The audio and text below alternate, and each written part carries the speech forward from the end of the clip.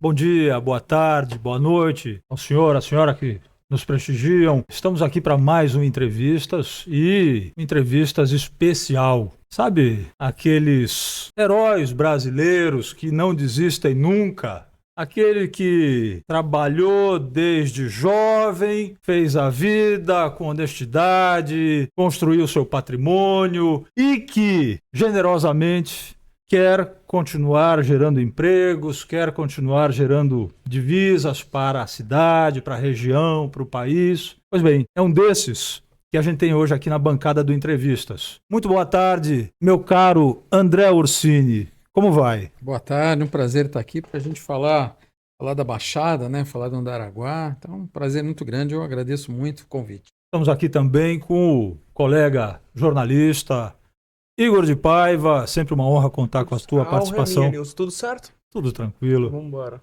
Nós lançamos no site, nas mídias digitais, enfim, do Diário do Litoral, na sexta-feira, uma enquete. Queríamos saber se o senhor, se a senhora, se o leitor do Diário do Litoral conhece, sabe o que significa o complexo empresarial e aeroportuário do Andaraguá, em Praia Grande. Para simplificar, perguntamos o seguinte: o senhor, a senhora sabem que há um projeto para a construção de um aeroporto em Praia Grande? E, para nossa surpresa, 57% dos leitores não sabem que Praia Grande, há 20 anos, aguarda pela liberação para o início das obras de um grande complexo aeroportuário que é complementar ao Porto de Santos.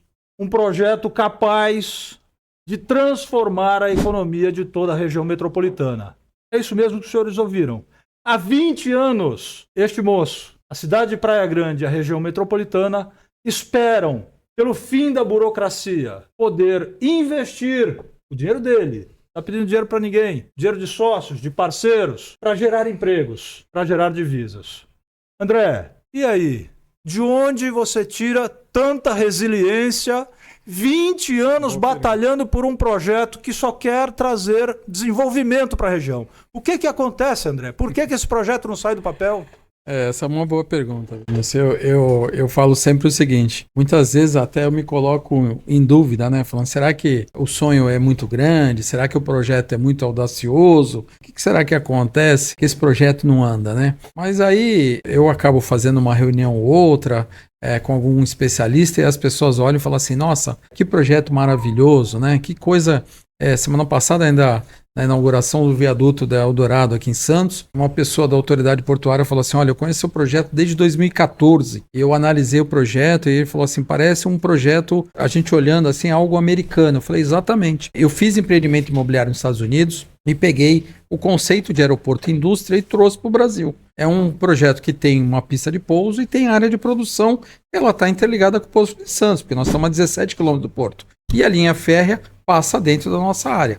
Então, quer dizer, é um projeto assim que ele foi concebido para gerar bastante emprego, para ter sustentabilidade ambiental, porque 81% da área é preservada, a gente só ocupa 19%, e ele é um projeto realmente ambicioso. A gente gera energia solar lá suficiente para todo o empreendimento e ainda metade do que a gente vai produzir de energia pode ser colocado na rede e sobra. Então, assim, tem muita coisa positiva, mas muita coisa muito audaciosa. Agora, você imagina isso há 20 anos atrás, quando eu comecei a desenhar esse projeto. Então, é uma área com 12 milhões de metros quadrados, às margens da rodovia Padre Manuel da Nóbrega, ali próximo à divisa entre Praia Grande e São Vicente. Isso, começa exatamente na divisa e vai até a Curva do S.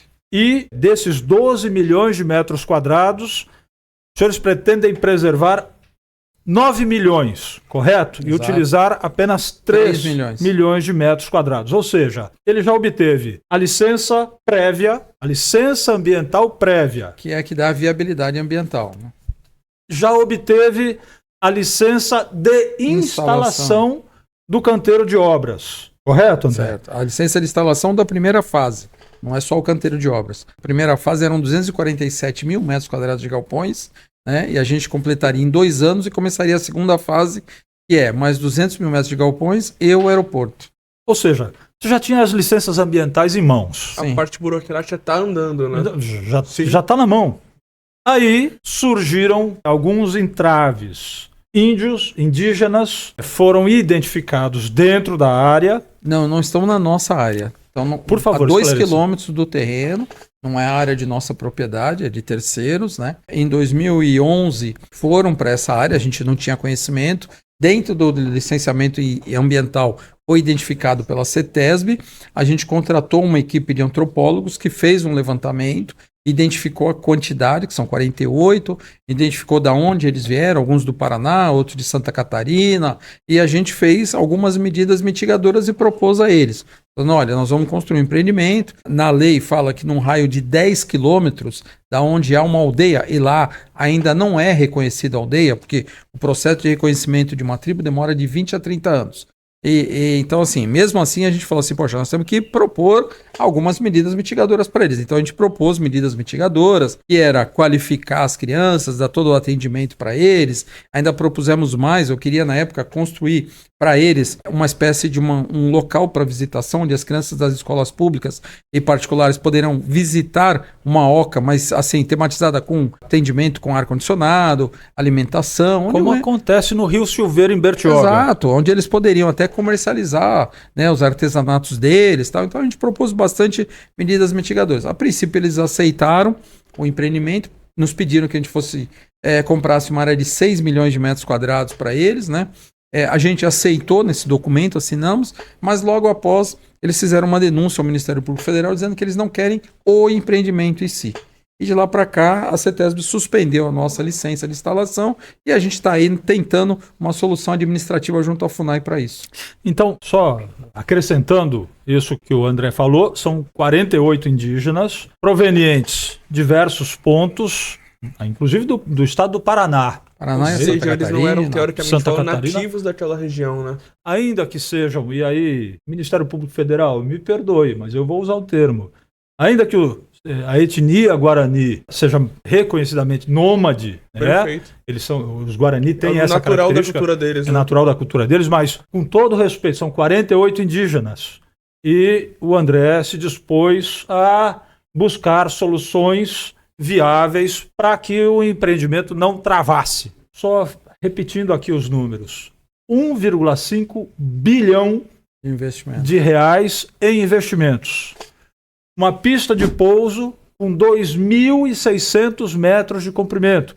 Maior, é o dobro da pista do aeroporto Santos Dumont, no Rio de Janeiro. São mais, quantos mil metros quadrados para galpões? 1 milhão e 100 mil metros de galpões. 1 milhão e 100 mil metros quadrados de galpões, que visam a instalação de empresas para exportação, correto? Exportação, empresas produtivas, indústria de tecnologia. Por exemplo, quando a gente fez a pesquisa, a gente identificou o seguinte: quais são as empresas que utilizam o Porto de Santos? Alguns segmentos deram na pesquisa. Indústria têxtil. Então você pega aqui Marisa, C&A, lojas Renner, todas as grandes magazines, eles compram essas roupas fabricadas em outros países. Por exemplo, vem muito do Vietnã, vem muito do Peru e vem para o Porto de Santos, chegam aqui em containers, essas roupas acabam subindo a serra, vão para a Grande São Paulo ali para fazer o acabamento. Ali entra botão, etiqueta, muitas vezes elas voltam para o Porto de Santos para serem exportadas para outros lugares dentro do Brasil. Então isso poderia ser feito dentro do Andaraguá. A indústria de medicamentos, elas importam muitas vezes essa composição da matéria-prima deles, levam ali no começo da Castelo Branco, quando você olha ali, tem 4 ou 5 indústrias de medicamentos genéricos. Ali eles fazem os medicamentos e muitas vezes voltam ao Porto de Santos para serem exportados.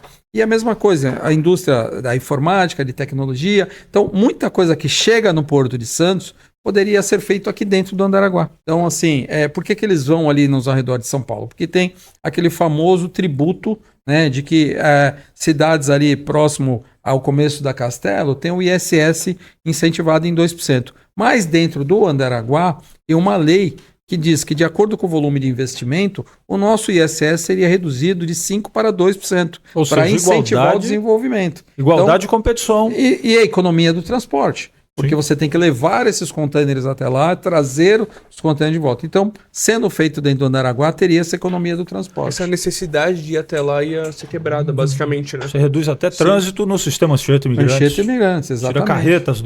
O Igor de Paiva, morador de Praia Grande. Qual é a tua leitura disso tudo, Igor? Você acha que morador de Praia Grande, qual seria o benefício para a cidade? Um dos dados que mais brilhou nos nossos olhos foi a questão da geração de emprego, né? Porque ia mudar a cidade, muita gente, igual a minha pessoa, vem de Praia Grande para Santos para trabalhar, gasta o dinheiro aqui, e esse dinheiro lá ia ajudar a economia de diversos setores, né? Exato. Quantos anos você tem, Igor? 22. Eu comecei o Andaraguá, o Igor tinha 3, né? Então, Igor, é exatamente isso, né? Eu acho que você muda, a Praia Grande é uma cidade que eu sempre falo que vai ser a maior cidade da Baixada Tem esse Santista. slogan, né? A cidade que mais cresce no Brasil.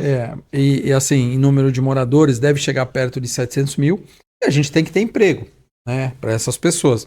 E o emprego dentro da indústria são empregos qualificados. Quando a gente fala de indústria, é sempre bom a gente frisar, Nilson, o seguinte: hoje não existe mais indústrias como a gente via há 30, 40 anos atrás, em Cubatão, com aquelas chaminés. Hoje a indústria é toda limpa. Quando a gente fala de indústria no Araraguá, indústria de tecnologia, indústria de transformação, quer dizer, não há dano ambiental quando você fala de uma indústria de composição, uma indústria de componentes. Então, o que a gente viu, Igor, lá atrás, era exatamente isso. Era uma possibilidade, não só de Praia Grande, porque a gente tem um estudo que diz o seguinte, que a gente melhora em 20% o PIB de Mongaguá, Itanhaém e até Peruíbe. A gente faz aumentar a arrecadação. Né? Por quê? Porque essas pessoas que moram nessas cidades poderiam vir trabalhar no Andaraguá e voltar a essas cidades todos os dias, porque nós estamos na beira da rodovia Padre Manuel da Nóbrega, né? Então ela já tem ali o eixo de ligação. E outra, que eu sempre falo, Vinícius, o nosso rodoanel da Baixada Santista é a Padre Manuel da Nóbrega. Porque dos 9 municípios que nós temos, 8 estão nessa rodovia. Porque você sai de Peruíbe, Itanhaém, Mongaguá, Praia Grande e São Vicente. Você tem o sistema Anchieta Imigrantes, você cruza Cubatão, Santos e Guarujá através da Cônico Domênico Rangoni, que é a mesma via que a Padre Manuel da Nóbrega. Então, assim, o eixo de desenvolvimento econômico da Baixada é essa rodovia. É aqui que nós temos que gerar emprego. É aqui que nós temos que colocar a área de produção da Baixada Santista. É o grande pilar de ligação, né, da região. Porque você tem acesso a 8 municípios dos 9. Então, assim, quando a gente imaginou lá atrás criar esse projeto, gerar tudo isso, era porque realmente a gente estava ali. E Praia Grande, você sabe disso, né? Ela está bem no centro da Baixada Santista. Nós temos 163 quilômetros de extensão o litoral de Guarujá até Peruíbe, e Praia Grande está bem no quilômetro 63, 64. Uhum. Ele está bem no meio da Baixada Santista. Até isso favorecia o empreendimento. E o que é que falta? Falta a gente conseguir aí um entendimento por parte da CETESB de que a gente precisa ter o entendimento da comunidade indígena que esse empreendimento é importante para eles. Eu sempre falo, se não tiver o empreendimento, e lá, nesta área, não se permite fazer residência. Porque o Andaraguá, uma das coisas que eu sempre falei para o governo do estado existe a legislação municipal. A legislação municipal, o terreno do Andaraguá, ele é Zona de Produção Industrial. E o zoneamento estadual, que é aquele famoso do zoneamento ecológico econômico costeiro, ele diz que esta área do Andaraguá ela é Z5T, que permite operações aero-rodoportuárias. Então, assim, a gente tem legislação municipal e a gente tem legislação estadual.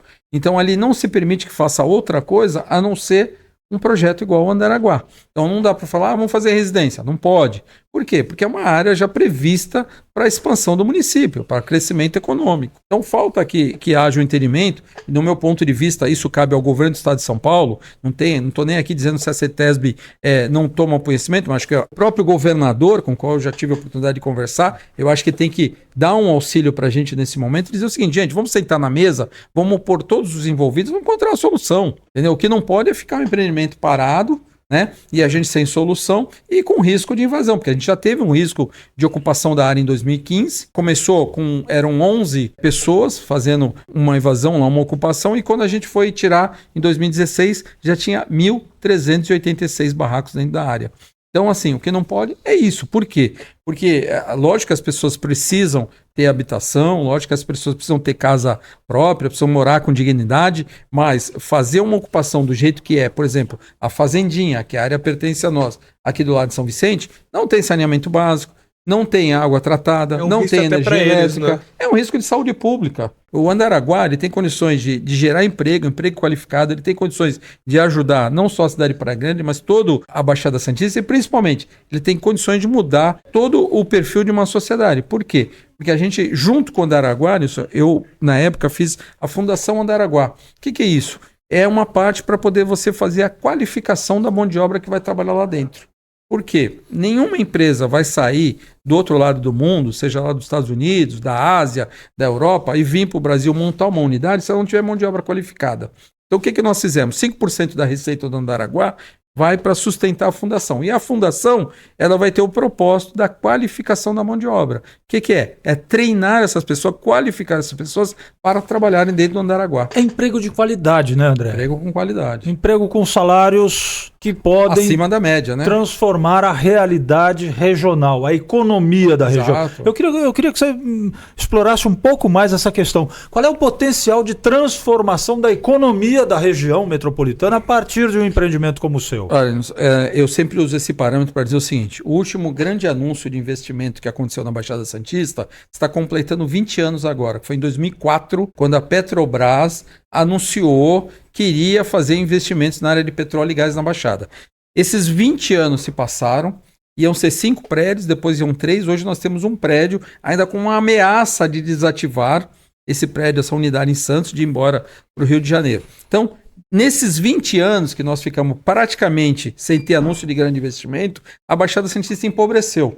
Hoje, a nossa média de desemprego é acima da média nacional. A média nacional é 7,1%, a Baixada tem 8,4%. Então, a nossa média de desemprego é acima da média nacional. Por quê? Porque teve muitos investimentos na área portuária, em terminais, empresas prestadoras de serviços, mas são investimentos feitos na área de tecnologia e de equipamentos. Então, hoje você pega todos os terminais batendo um recorde de movimentação de contêineres. Por quê? Porque eles estão cada vez mais otimizados e mecanizados. Então, por exemplo, um portainer que faz hoje 60 movimentos por hora, ele bate recorde aqui, bate recorde até em qualquer lugar do mundo. Porque ele tá, o mesmo terminal que existe hoje em Santos, existe o da DP World, existe lá em Dubai, existe em qualquer lugar que ele tem. Só que, quando você passa do gate para fora, quer dizer, do portão para fora, a infraestrutura nossa é caótica. Então, quando você pega a Baixada, que ela ficou 20 anos sem ter investimentos, você pega uma região empobrecida, Baixada hoje ela é pobre, né? A gente já foi a segunda região economicamente mais importante do estado, apenas atrás da capital. Hoje nós somos a 6ª, caindo para a 7ª, estamos perdendo esse posto para Sorocaba. Então o resto do estado de São Paulo cresceu, se desenvolveu, por quê? A gente sempre fala o seguinte: não há economia forte num país se não tem uma indústria por trás. E aqui nós não temos a indústria. Correto. Aqui, infelizmente, o polo petroquímico de Cubatão, o que aconteceu? Ele minguou, ele diminuiu. E hoje, Nilson, o mais grave de tudo, você hoje não pega uma empresa em Cubatão que tenha dono.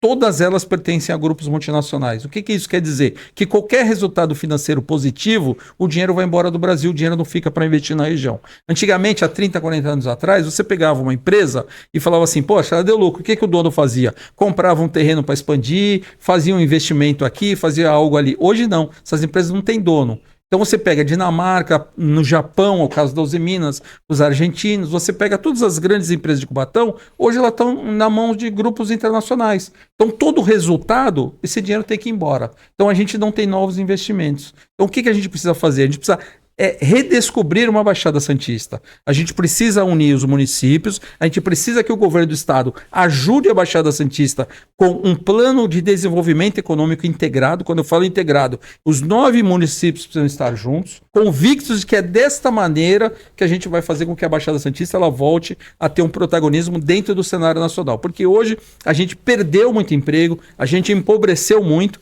e a gente está realmente caminhando cada dia para uma situação pior, inclusive com acesso.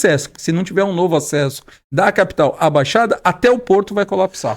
O André é um sujeito elegante. Eu tenho certeza que ele não vai entrar nessa...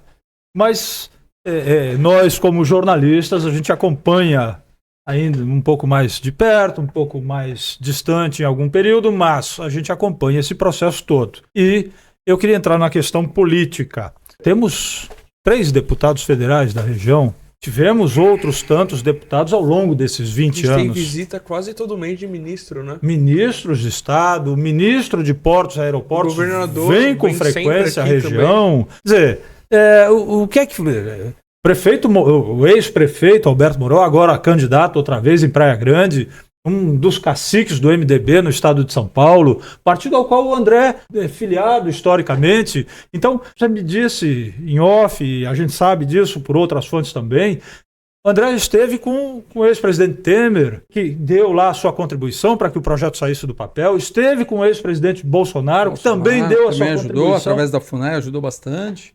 Pois é. Esteve com o ex-governador João Dória, que também deu a sua contribuição, também colocou o Peças projeto para importantes, frente. né, dentro desse tabuleiro. Claro, adesões muito importantes, mas hoje a bola está, me perdoe o termo chulo, mas a bola está com o presidente da República, com o ministro Silvio Costa Filho, de Portos e Aeroportos, e principalmente com o atual governador do estado de São Paulo, Dr. Tarcísio, que é um tocador de obras, se notabilizou por isso, e hoje o grande entrave é a CETESB, que já havia concedido uma licença para as obras e voltou atrás. É isso, André? Eu estou correto nessa observação? O grande entendimento hoje se faz através da CETESB. Ela é o órgão oficial licenciador do Estado de São Paulo. Então, cabe a ela a decisão de ter ou não ter o empreendimento. Ela que apita, né? Ela que manda. Então, assim, no meu entendimento, o que falta hoje? Falta a mão, que eu sempre digo assim, a mão, o peso da mão do governo do Estado, ele é fundamental para projetos como Andaraguá.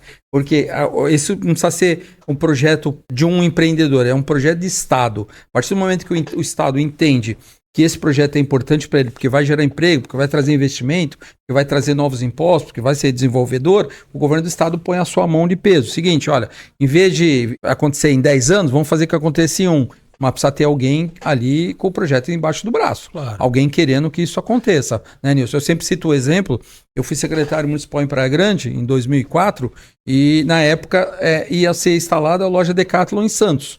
E eu fui disputar essa loja com Santos e provei que Praia Grande era a cidade do futuro. Como é que eu provei isso, Igor? Através da taxa de arrecadação de lixo. Naquela época a gente ainda usava fax. Eu pedi ao secretário de Praia Grande, de serviços urbanos, que me mandasse a taxa de arrecadação de lixo de março até novembro, e eu mostrei para ele que o que Praia Grande recebe de pessoas, que eu chamo de população flutuante, fora do verão, é um equivalente a uma cidade de 500 mil moradores. São pessoas que estão de passagem, são pessoas que foram fazer negócio, são pessoas que têm imóvel de veraneio e estão lá, não só no verão. Uhum. Então, eu mostrei para ele, o brasileiro produz em torno de 400, 450 gramas de lixo diariamente. É um sachêzinho de açúcar para café, é um copinho descartável. Todos nós aqui estamos produzindo diariamente lixo. Então, peguei o que Praia Grande arrecada de lixo e dividi e mostrei para ele. Falei, olha, 500 mil pessoas. Aí ele me fez uma última pergunta, Nilson. Em São Paulo eu fiquei 2 anos para aprovar um projeto. Em Campinas eu fiquei 1 ano e meio. Em quanto tempo vocês me aprovam em Praia Grande? E eu respondi para ele, em 20 dias. Ele falou, puxa, mas você assina isso? Eu falei, eu assino. E eles deram a entrada no dia 10 de dezembro de 2006. No dia 22 de dezembro, ou seja, 12 dias depois, eu liguei para ele e falei, pode começar a obra. A gente tinha aprovado o projeto em 12 dias. Em abril de 2007, a loja de Praia Grande foi inaugurada. Então, o que eu digo, quando tem a mão do governo, quando tem a vontade de fazer a coisa acontecer, é assim que as coisas acontecem. Meio que apadrinhar, né, o projeto. Apadrinhar o projeto no bom sentido, uso né? Assim, essa palavra, né? O projeto precisa ter um dono. Alguém precisa querer que aquilo aconteça. É a tal da vontade política. É a vontade. Então, aqui, senhor governador, por favor, dê uma atenção a esse projeto complexo empresarial e aeroportuário Andaraguá, na cidade de Praia Grande. O senhor certamente vai deixar um legado muito importante, vai deixar o seu nome marcado na história da região metropolitana da Baixada Santista. Se o senhor, Tarcísio de Freitas, se o senhor desengavetar esta licença ambiental que está parada na CETESB há 1 ano. 1 ano. Ela já tinha sido concedida e foi revista, foi puxada de volta pela CETESB para uma nova análise. Então, governador Tarcísio de Freitas, por favor, assuma a paternidade desse projeto. Olha, seu antecessor João Dória correu com o projeto, viu? Por favor, faça o mesmo, viu? São 17 mil empregos, é isso? Diretos. 17 mil empregos. Isso ajudaria para a cidade da Praia Grande? Muito. Para você que é jovem, isso... Ajudaria todo mundo, até o governador, né? Até o governador sairia ganhando com isso. Para eleições futuras, né? 1 bilhão 500 milhões em investimento, é isso, André? Exatamente. Quanto tempo de obra? Olha, ali a gente é auditado pela KPMG, que faz os nossos estudos. No estudo da viabilidade econômica financeira, deu que a gente teria que dividir esse empreendimento em 5 fases. Cada fase, 2 anos. A primeira fase, 250 mil metros de galpões, que demoraria 2 anos. A segunda fase, mais 200 mil metros e a parte da pista. A terceira fase entraria 200 mil, mais a torre de hotel, uma torre de escritórios e o mall com 87 lojas. A quarta fase, 200 mil metros de galpões, e a quinta fase, 200 mil metros de galpões. Então, a implantação total do empreendimento é em 10 anos, mas a partir de 2 anos, ele já começa a gerar ali 3.500, 3.700 empregos, que são empregos da área logística. Fora, durante a construção, uns 3.500 empregos diretos. Ou seja, é emprego para já. É emprego para já. Muito bem, é isso. Tem umas coisas no Brasil que a gente realmente fica machucado de ver. Por que é que não sai ainda do papel? Parece até filme de comédia, né? Piada de mau gosto. É uma piada de mau gosto. É um absurdo isso.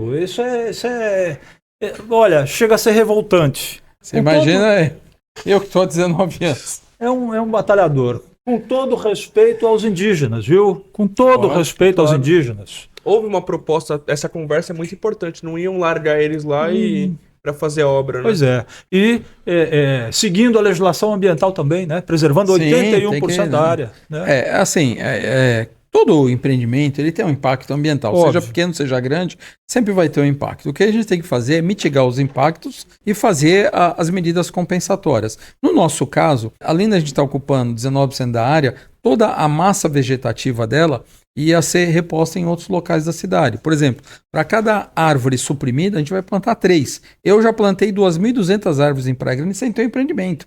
Plantei 640 em São Vicente sem ter empreendimento. Então, assim, a gente vai fazer o plantio de árvores e vão ser 3 vezes mais a massa vegetativa que tem dentro do Andaraguá, fora a preservação, né? A gente doou, durante todos esses anos, dessa área de que a gente começou a fazer a supressão, que eram 450 mil metros, mais de 15 mil espécies para as universidades. Para a Unicamp, para a USP, a gente fez a doação delas. A gente fez a transposição para as universidades, para fazer pesquisa, né? E a gente entregou para eles lá. Então, quer dizer assim, se falar que a gente tem um impacto ambiental, a gente tem, mas as medidas mitigadoras são muito maiores do que um impacto que poderia gerar negativo. Como, por exemplo, quando eu comecei esse empreendimento lá em 2006, 2007, quando eu fui apresentar ele ao governo do estado, eu falei o seguinte: havia um decreto de 1953 que dizia que exatamente nesta área iria ser o complexo industrial da Baixada Santista, em 11 milhões de metros quadrados. Ia ser desmatado os 11 milhões de metros quadrados. Isso em 1953. 53 já estava prevista a ocupação desta área. Isso foi uma das minhas teses na defesa, quando houve a suspensão da licença por parte do Ministério Público do Estado, que nós tivemos que fazer o recurso ao Tribunal de Justiça. Uma das minhas teses que eu levei aos desembargadores eu não estou inventando nada, aquela área já tem uma característica industrial. Só que havia um decreto, o que não houve foi dinheiro para fazer, para desmatar 11 milhões de metros quadrados. E hoje a gente está ocupando 12 milhões, mas a gente está preservando lá 9 milhões.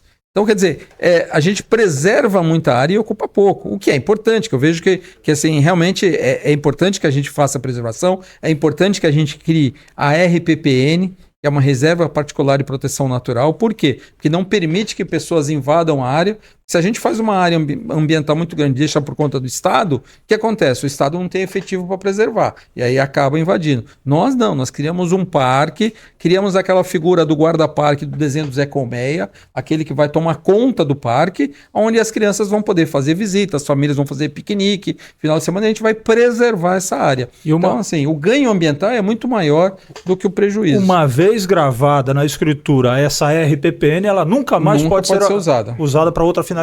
Exatamente. Enfim, aí, Igor de Paiva. Essa é a resposta que a gente quer, né? Que saia o aeroporto, que gere essa quantidade de empregos, vai ser bom para todo mundo. 17 mil empregos diretos, quando estiverem em atividade, plena atividade, com 3 empregos para cada um. na área Essa é a de notícia que a gente logística. quer dar, né, Nilson? 58 mil empregos, 1,5 bilhão em investimentos. É emprego, é desenvolvimento econômico, é uma nova chance para que a região metropolitana volte a crescer. André, por favor, o microfone é teu.